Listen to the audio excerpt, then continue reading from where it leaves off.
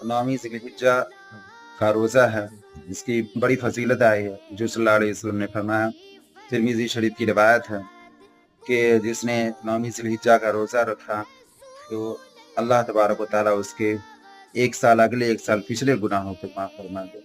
और उसके अलावा ये है कि ये 10 दिन बकरा ईद की चाँद से लेकर के 1 तारीख से लेकर के 10 दिनों तक, इन 10 दिनों की बड़ी फ़ज़ीलत जो है सो अहादीस में आई है, इसमें इबादत करने के बारे में कहा गया है।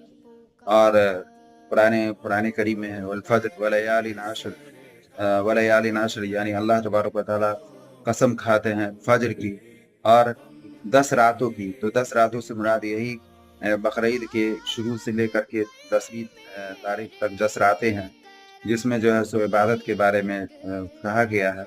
यानी बड़ी फ़ज़ीलत है, रातों को इबादत करें, दिन को भी इबादत करें।